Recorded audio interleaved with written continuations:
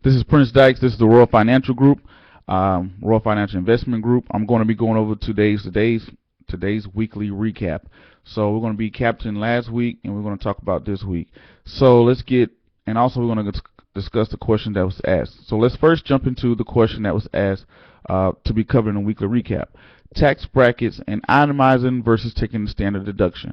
Um, if you're in a high tax bracket, let's say if you're a single man and you no kids or anything, you make $100,000 a year, you make six figures. So if you, depending on what you claim, if you claim a single head of the household or whatever, which you probably are, you're going to be in a higher tax bracket. And the higher tax bracket you're in, the more taxes that you're going to be obligated to pay. So it would behoove you to get in a lower tax bracket or to use deductions to get into a lower tax bracket. First thing you can do is contribute to your IRA. If you contribute to your IRA, that can lower your taxes. For example, if you make $100,000 a year and you contribute $20,000 to your IRA, your individual retirement account, now you have $80,000 worth of earned income. By having $80,000 versus $100,000, that can drop you into a lower tax bracket.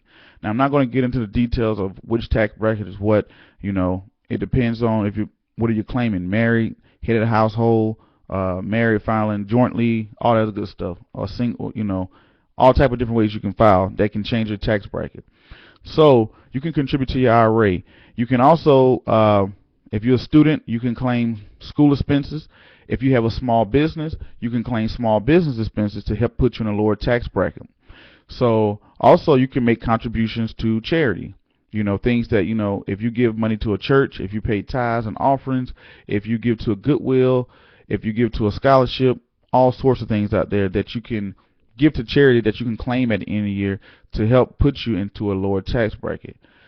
Another thing is that helps put you into a lower tax bracket. So if you put into a lower tax bracket, the less taxes that you're going to pay. Standard deduction versus itemizing.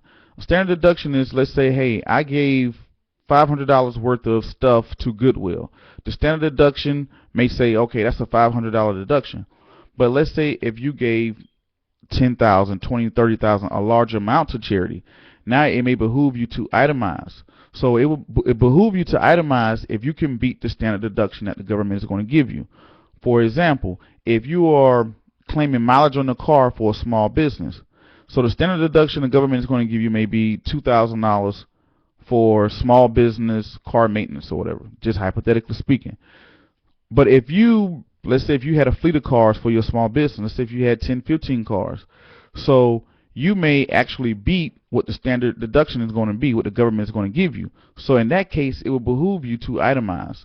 So if you itemize, you can say, hey, no, I have more than what the standard deduction is going to give me, and you can actually get a larger deduction and can actually help lower your tax bracket. So there's all of the tricks of things you can do to help lower your tax bracket.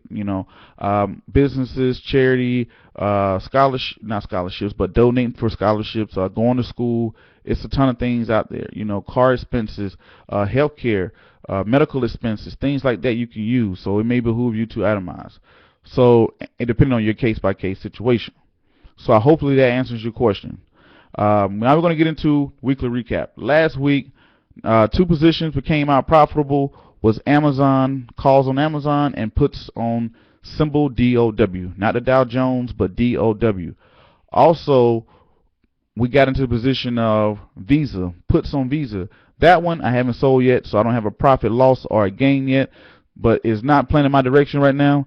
So that one last week was the only bummer, but I still have about 3-4 weeks left on that contract. So hopefully Visa, symbol V, starts to play in my position. If it doesn't, then I may have to take a loss on that one, but it's okay. You live to fight another day, right?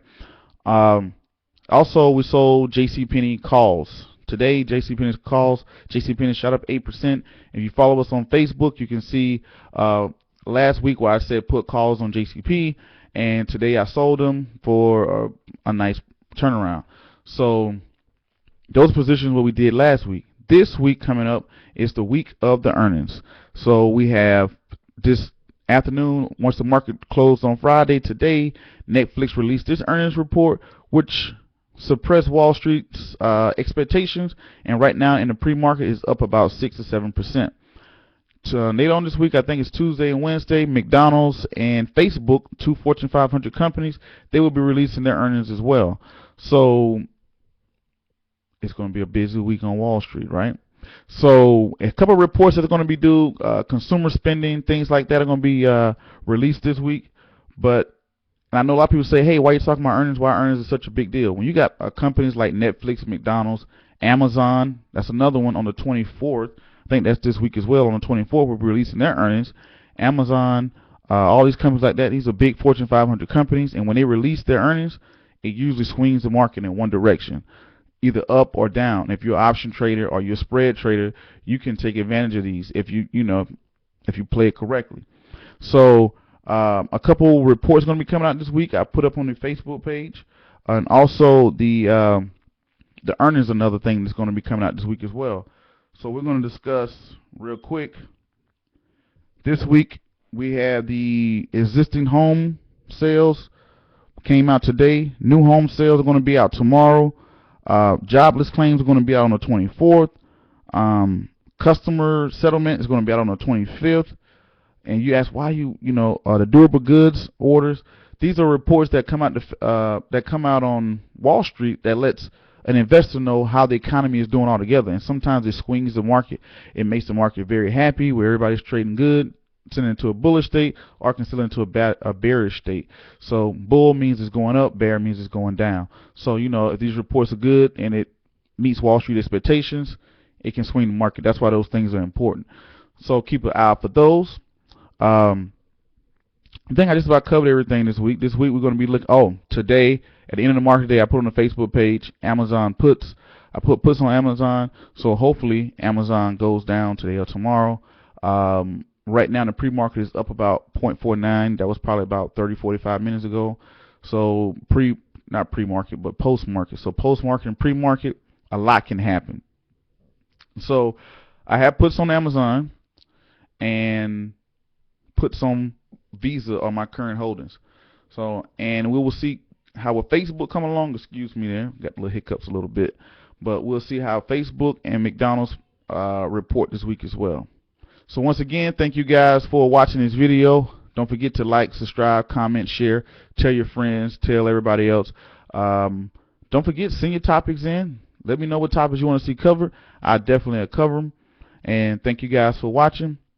And don't forget, take risks, but smart ones.